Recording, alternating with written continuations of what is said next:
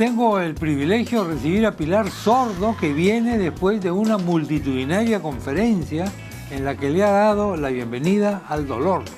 ¿Qué tal, Pilar? ¿Cómo te va? Bien, muy contenta de estar acá. Gracias por la invitación. Lima ya es una de tus plazas fuertes. Sí, la verdad que Perú completo, me ha tocado recorrerlo. Solo me permite agradecer el cariño de los peruanos. Me han ido adoptando de a poco y recibiendo mis investigaciones, así que muy contenta de estar en Perú y poder contar los estudios. ¿Por qué debemos estar felices por el dolor? Con el dolor. No es que tengamos que estar felices, lo que hay que tener, de acuerdo a lo que la investigación mostró, es una actitud abierta para recibirlo como una instancia de posible transformación en el mundo de las personas. Creo que el gran secreto de la investigación es que para poder darle la bienvenida al dolor, que es algo inevitable y que va a llegar en algún momento de nuestras vidas y a veces varias veces, hay que abrirse a la posibilidad de entender que ese dolor siempre trae un posible aprendizaje en la vida de las personas y por lo tanto trae como regalos que hay que ser capaces de descubrir. Entonces, por eso es que se acuña el término bienvenido dolor, porque si uno no tiene la capacidad de darle la acogida, se pierde la oportunidad de poder aprender a través de él. Ahora, muchos no podemos aprender del dolor porque el dolor nos inutiliza. Sí. Es un golpe que recibimos en la cabeza que...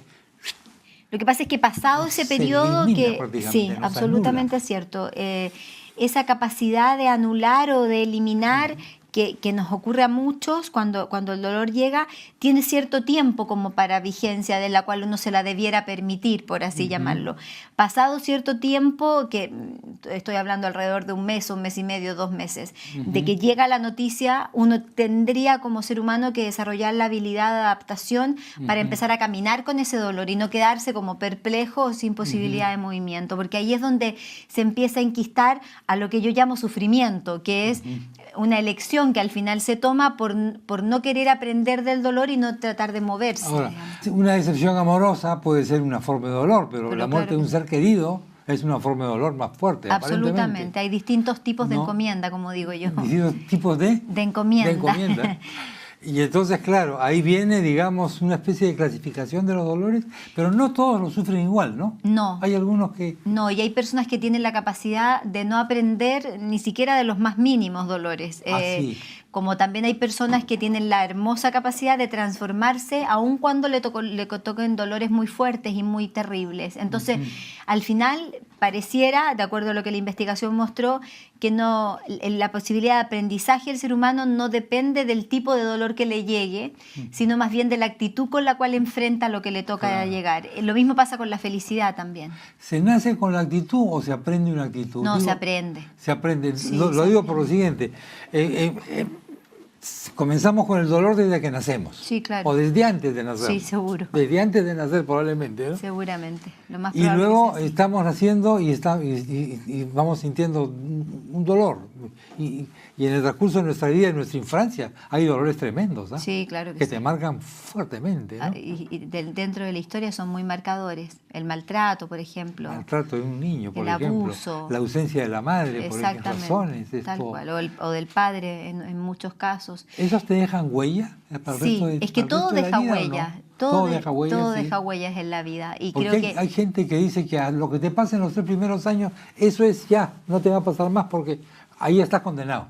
No, yo no creo en eso. Yo creo que los seres humanos somos lo suficientemente flexibles y adaptables en la vida para ir aprendiendo con las experiencias que nos toca, y no creo en la cosa fatalista de decir que uno queda predeterminado a ciertas cosas. Yo creo que la vida tiene una plasticidad es más plástico de lo que uno cree. Sí, absolutamente. Claro, ahora es más simplista hasta cierto punto mirarlo, más fácil mirarlo desde el punto de vista de que si tú fuiste violado vas a violar. Sí, por supuesto. Si te pegaron vas a pegar. No es así. No es así. No es tan determinante.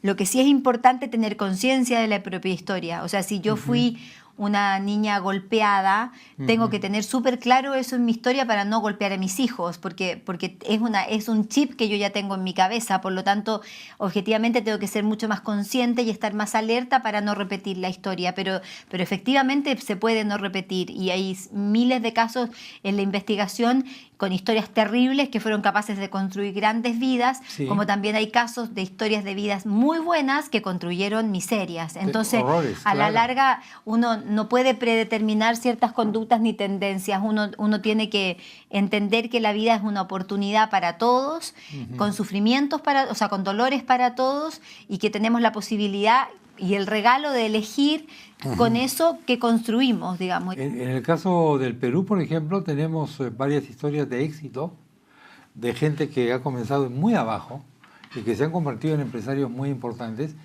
que vienen todos de familias muy complicadas, familias muy pobres, y hay una cosa curiosa, en muchos casos el padre abandona el hogar y a la madre le salen unos instintos creativos poderosísimos que logra parar el circuito. Y empresariales. Y se convierte... las mujeres tenemos un poco eso. Exactamente. De hecho, la cantidad de jefas de hogar que hay en América Latina criando niños es enorme, es enorme. Y de hecho, en relación a lo que se decía antes, hay una cosa que la investigación probó, que todas las personas exitosas en la vida que han logrado construir grandes cosas tienen también historias muy difíciles. Exactamente. Hay una relación directa en eso. Nadie ha sido grande en distintas dimensiones de lo que grandeza pueda definirse, pero nadie ha sido grande en el mundo si es que no haya tenido una historia que le ha tocado a sí mismo superar. Digamos. Porque no ha tenido retos que superar. Claro, porque en el fondo la primera pelea es con uno mismo y si uno no gana esta pelea, difícilmente uno va a ganar otras. O sea, en el fondo lo que me estás diciendo es que he tenido que sentir dolores fuertes. Absolutamente. Desde muy pequeño.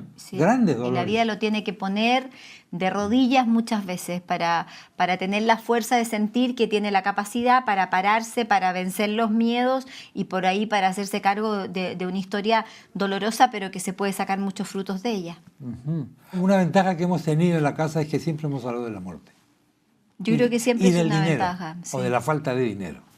Y de las necesidades que puedan haber. Yo creo que cuando una familia valora el valor de la verdad y se dicen las cosas como son y se dice que el papá no es que esté de vacaciones, está cesante o perdió el trabajo, y de alguna manera le perdemos el miedo a las palabras, evidentemente se produce un espacio de crecimiento personal mucho mayor a toda esta cosa medio oculta de no informar con claridad y de no decir las cosas que nos están pasando. Como por el lado, claro, exactamente.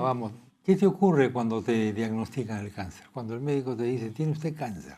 Lo primero que pasa, de acuerdo a lo que la investigación mostró, es pensar en la muerte. Eso es automático. Correcto. Después entran los mecanismos cognitivos que a uno lo ubican en qué tipo de cáncer tiene y qué posibilidades reales de salud hay. Como afortunadamente cada vez hay más cánceres a los cuales se les gana, la sensación de fatalidad empieza a disminuir en la medida que la gente tiene más información. Pero la primera reacción es siempre sentir que a uno le queda poco tiempo. Y no siempre es así. Digamos. Claro.